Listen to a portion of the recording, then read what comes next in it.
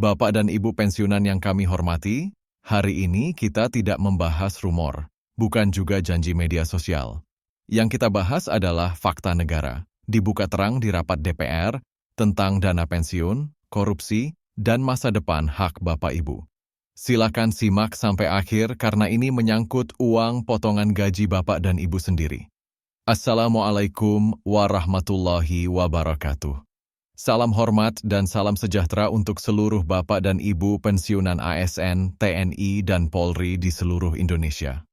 Hari ini kami menyampaikan informasi penting yang bersumber langsung dari rapat terbuka DPR RI terkait pengelolaan dana pensiun, kasus korupsi, dan arah reformasi sistem pensiun nasional. Ini bukan kabar ringan, karena menyangkut hak dasar yang selama puluhan tahun dipotong langsung dari gaji para pekerja negara. Dalam rapat tersebut ditegaskan bahwa dana pensiun bukan dana perusahaan, bukan dana APBN, melainkan bersumber dari potongan upah para ASN, TNI, dan Polri selama masa kerja. Oleh karena itu, ketika terjadi tindak pidana korupsi dan tindak pidana pencucian uang dalam pengelolaan dana pensiun, seperti pada kasus PT Asabri dan Jiwasraya, muncul tuntutan kuat agar aset hasil sitaan perkara tersebut dikembalikan kepada pemilik hak, bukan diserap sebagai pendapatan umum negara. Anggota DPR menegaskan bahwa sangat tidak adil jika uang yang berasal dari potongan gaji karyawan, ketika dikorupsi lalu disita negara, tidak dikembalikan kepada peserta dana pensiun. Karena itu muncul dorongan agar solusi dikedepankan tanpa harus terus membebani APBN melalui penyertaan modal negara atau PMN.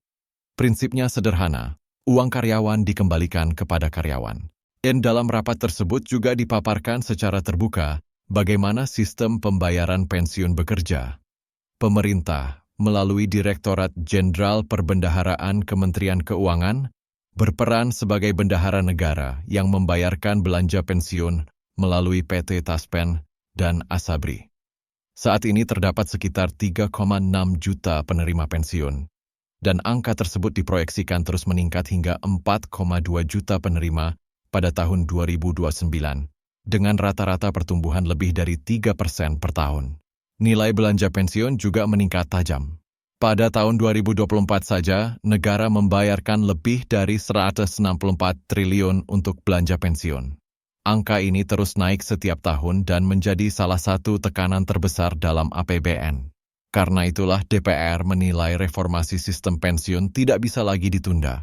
Salah satu persoalan krusial yang disorot adalah belum terbitnya peraturan pemerintah turunan dari Undang-Undang ASN Nomor 20 Tahun 2023. Undang-undang tersebut sudah mengamanatkan bahwa pembiayaan pensiun harus berasal dari pemerintah sebagai pemberi kerja dan iuran pegawai ASN. Namun hingga kini, PP yang mengatur mekanisme teknisnya belum ada. Akibatnya, skema pensiun masih sepenuhnya ditanggung APBN dan terus membesar setiap tahun. DPR juga menyoroti pengelolaan akumulasi iuran pensiun, AIP, yang nilainya kini mencapai sekitar 250 triliun di Taspen. Dana ini murni berasal dari potongan gaji ASN sebesar kurang lebih 4,75%. Karena itu DPR mengingatkan, agar pengelolaan AIP dilakukan secara sangat hati-hati, transparan, dan profesional. Kasus hukum yang menjerat pimpinan Taspen dan temuan BPK terkait lemahnya pengelolaan risiko investasi menjadi peringatan serius agar kejadian serupa tidak terulang. Masalah lain yang dibahas adalah ketidakakuratan data penerima pensiun. DPR mengungkap masih adanya database kepesertaan yang belum sepenuhnya terintegrasi dengan data Badan Kepegawaian Negara.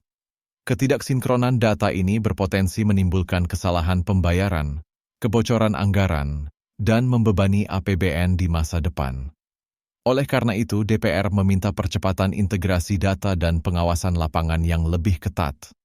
Pemerintah sendiri menyampaikan rencana ke depan untuk melakukan penyederhanaan dan transformasi mekanisme pembayaran pensiun.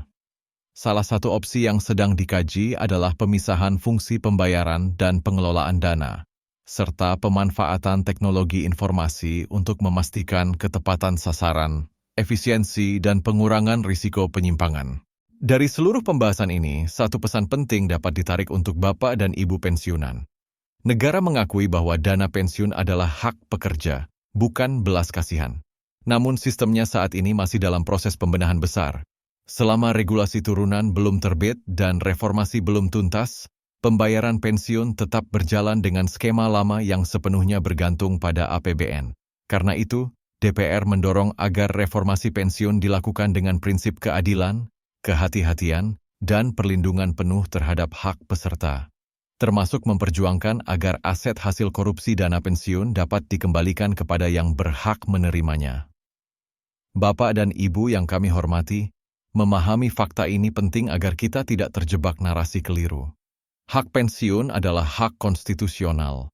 Negara wajib membayarnya, tetapi sistemnya sedang dibenahi agar lebih adil dan berkelanjutan. Dan suara pensiunan kini mulai didengar secara terbuka di parlemen.